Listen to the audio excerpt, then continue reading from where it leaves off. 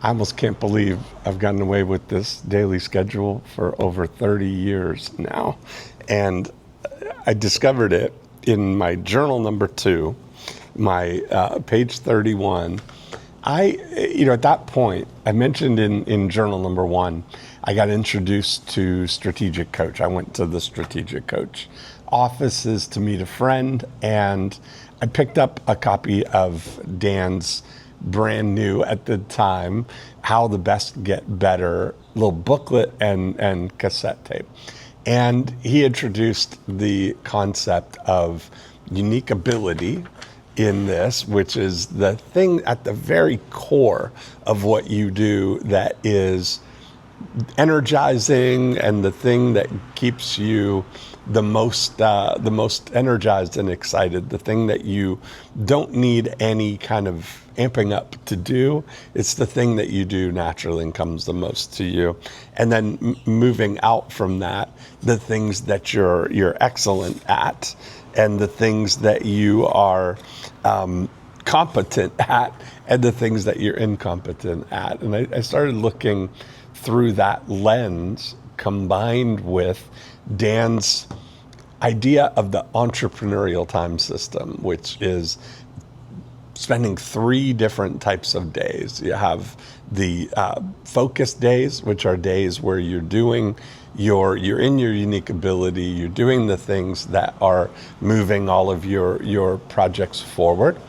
And free days, which are days where you're not doing anything to do with work-related things, and buffer days, which are days where you are preparing for better focus days and more free days. And so that kind of lens that I started looking through, I started kind of overlaying that into a weekly schedule that to this day, like when I look back on this right now, I kind of laugh because I realize a couple of things. Number one, time has not changed in 30 plus years. We still have the same 24 hours a day.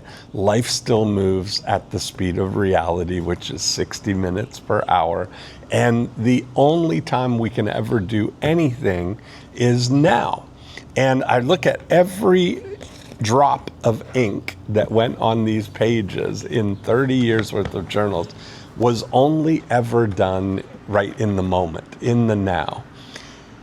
And it's kind of, it sounds a little philosophical, but when you realize, 30 years later, I can look at this page and I can immediately be transported back to exactly what was going on in these moments. So I kind of treat this as, thankful entries in the permanent record so that I have this to look back on. Now, when I look at it, I started by, I mentioned everything that I do is often in my journal conversations with me or just, getting my thoughts down on paper. And I looked, on page 30, I was outlining my ideal day. And I started thinking, my ideal day, be waking up and doing some exercise, having a shower, eating breakfast before doing 2 to 3 hours of uninterrupted work. And I look at, when I set up this schedule here, this block of time from 10 till noon, was reserved for unique ability time. And I look at it now like my schedule right now is almost identical to this. This, and I'm really embracing more the rhythm of it rather than trying to reinvent it or trying to experiment with new things.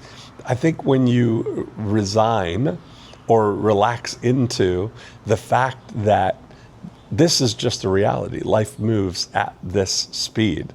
And the only, we were going to get another day tomorrow, hopefully, but we do have today. And that setting up the structure for it really helps me have the highest opportunity, likelihood of getting what I want to get done. I was thinking about the difference between, because I'm making the transition here from being a realtor, being in real estate, which for the first few years of my real estate career are really like, I look at real estate like a Tetris game where, if you think about you're a first person, there's time is moving and the blocks are coming at you and you've just got to kind of shift and move things around and fit them in where you can and hopefully get as much as you can done. But there's a little bit of being reactive and being out of control of it. And if I think about it now, I'd look at it that the opportunity to treat the same thing more like Guitar Hero, where the notes are coming at you, but they've been prearranged in a way that if you just play the right notes, you can play this song, that you have something that sounds ordered and purposeful. And I think that that's really where this comes down to. So my basic daily thing, and still, I look at it that my natural biorhythm for 30 plus years has been in bed at 11, awake, 7 to 7:30, and we've been playing a game now, really adding more structure to these things, even though we don't need to. There's nobody requiring this of me, but we've been playing a game of that I have to be in the car, putting the car into, pushing I have a Tesla that does auto drive, so I'm pushing the navigation button while the clock is turning 8 a.m. So structure of getting out the door at 8 a.m. And for my ADHD brain, it's kind of that gamification of having a deadline is something that is, I don't know how, it's magical in that I never miss. It's like either 7:59 or very, very occasionally it's 8:01, and we, feel like we've missed the boat. But the ideal is to have that perfect record at 8 a.m. I go to the same place for breakfast every morning, and then at 8:59 or 9 a.m., we shoot this video. That this is the thing of, I want to do this every day rather than negotiating when I'm going to do it or if I'm going to do it today. I've really leaned into this idea that it's every day, bro. It's every day. We go, there's no negotiation. I just know what we're going to do. I don't have to think about, I don't have to make stuff up. I just while we're at breakfast, I just look through the journal and whatever pops out, the insights come. I'm just reporting what happened in 1996 and bringing it to update today. Now, as soon as we leave here, we go right across the street to this coffee shop where every morning, 9:30 till noon, we're there at the coffee shop. And I've got no phone and no interruptions and no appointments, nothing scheduled. That is time where I am doing my highest, unique ability time. That's the times where I'm writing things or I am hatching evil schemes or solving marketing puzzles. All of those things are where I do my uninterrupted best thinking. All of the afternoons is on Tuesday, Wednesday, Thursday are the only days that I have appointments where sometimes I have to Zoom with other people or talk to clients or do a lead conversion Zoom workshop or a lead generation Zoom workshop. Those things all happen between 1 o'clock and 5 o'clock on Tuesday, Wednesday, Thursday. That's the only times that I book appointments. And then Friday, Saturday, Sunday, Monday, nothing. No time appointments on there. I treat Friday as a buffer day, Monday as a buffer day, but Tuesday, Wednesday, Thursday are the focus days that I get all the stuff done. I wrap up by 6 o'clock, and in the evening, 6 o'clock till 11 is just time to live my life. I love to watch Netflix stuff. I was joking here. I was looking in 1996.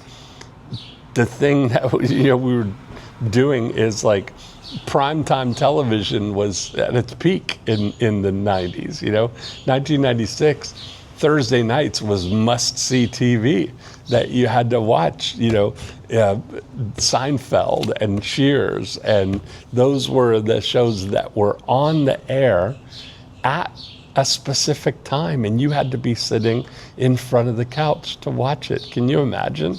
It seems so, now that we've gotten a taste of streaming, and the natural thing is that you can watch anything that's ever been recorded ever in the history of recorded television on any device you want at any time on demand. It almost seems undignified to have to be expected to be sitting on the couch at 9 o'clock at a specific night to watch the latest Seinfeld episode, but you had to do it, because if you didn't, you would miss out. You'd be out on the whole water cooler conversation of what everybody was talking to. So I am amazed by just the elegance of this pattern. If I were to look back at a tapestry of the last 30 years, I feel like I've gotten away with this for over 30 years, those bands of, nothing before 10 o'clock to 12 o'clock, focused on my stuff. And that block of time as an ADHD brain, that's the time that I struggle with the most. I often have the time, but I don't have the ability to choose the thing that I'm going to work on. I've got so many things. Ned Hollowell calls that vast. You've got so many things that you can do.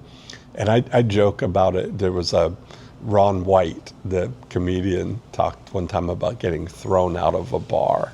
And he said, I had the right to remain silent, but I didn't have the ability.